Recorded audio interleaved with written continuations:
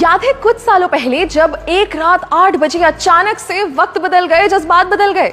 कितने टाइम तक हमें एटीएम के बाहर लंबी लंबी कतारों में खड़ा होना पड़ा। नोट्स बदलने के लिए बैंक्स के चक्कर लगाने पड़े क्योंकि 500 और 1000 के नोट्स बंद हो गए थे। अब उस समय की परेशानी को आप और मैं बहुत अच्छे से जानते हैं और जाहिर है कि तब से हम हर तरीका आजमाते हैं कि उस सिचुएशन में वापस ना जाना पड़े। मगर अगर उस समय हम ब्लॉकचेन टेक्नोलॉजी यूज कर रहे होते तो शायद उतना नुकसान नहीं सहना पड़ता। नमस्कार, स्वागत है आपका जी के डिजिटल शो पर। मैं हूं पलक यादव और आज हम बात करेंगे क्रिप्टो करेंसी के एक बहुत अहम पहलू पर जिसका नाम है ब्लॉकचेन। अब क्रिप्टो तो हम समझ गए, मगर ये सवाल आपके मन में जरूर आया होगा कि आखिर जितनी भी क्रिप्टो से होने वाली ट्रांजैक्शंस हैं उनका रिकॉर्ड कैसे रखा जाता है या उन्हें सिक्योर कैसे किया जाता है, या जो हमने क्रिप्टो की डिसेंट्रलाइज्ड होने की पिछले वीडियो में बात की थी, आखिर वो कैसे पॉसिबल है। इस सब का एक ही जवाब है ब्लॉकचेन। ब्लॉकचेन एक बड़ा सा बटा हुआ डेटाबेस है जो हजारों लाखों कंप्यूटर्स पे शेयर्ड होता है और ये सारे कंप्यूटर्स आपस में कनेक्टेड होते हैं। आसान भाषा में कहें तो जैसे एक दुकानदार अपने पास एक रजिस्टर बना के रखता है ना कि कितना राशन आया, कितना बिका, ठीक वैसे ही ब्लॉकचेन एक डिजिटल रजिस्टर की तरह होता है।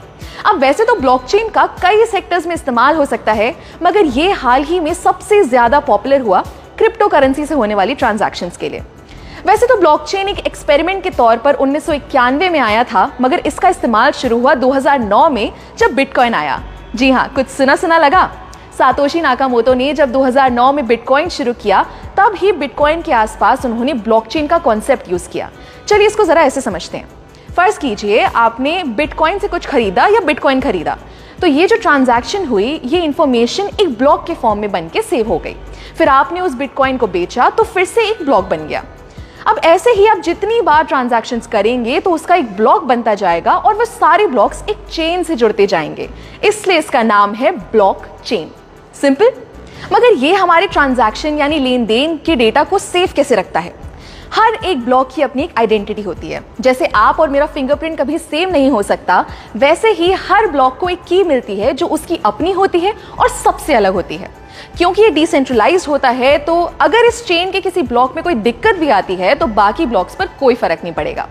ब्लॉकचेन एक ऐसा सिस्टम है जिसे हैक करना, हटाना या चेंज करना लगभग नामुमकिन है।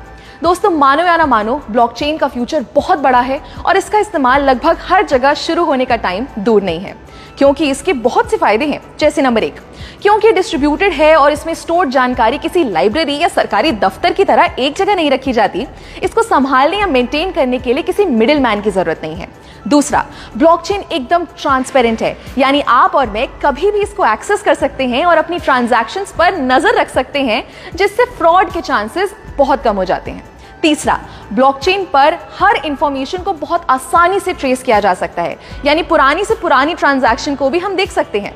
चौथा, ये टेक्नोलॉजी एकदम फास्ट है। हर चीज का लिखा हुआ रिकॉर्ड बनाने में बहुत टाइम और मेहनत लगती है, मगर वही जानकारी को अगर ब्लॉकचेन के जरिए सेव करें तो वो बहुत आसानी से और बहुत जल्दी हो जाएगा। और आखिरी, जैसा मैंने पहले भी बताया कि ये बहुत सेफ है, तो आप टेंशन फ्री होकर इसका इस्तेमाल कर सकते हैं। क्या आपको पता है, बहुत से भारतीय बैंक्स ने इस ब्लॉकचेन टेक्नोलॉजी को ऑलरेडी यूज करना शुरू कर दिया है, जैसे ई-केवाईसी के लिए, ई सिग्नेचर के जरिए ऑनलाइन डॉक्यूमेंट्स या कागजात वेरीफाई करने के लिए, कमर्शियल लेटर्स बनाने के लिए इत्यादि। हमारी प्लानिंग कमीशन यानी नीति आयोग ने भी ब्लॉकचेन पर व्हाइट पेपर पब्लिश कर दिया है, जिसमें ई गवर्नेंस को लेकर इसके इस्तेमाल की बात की गई है।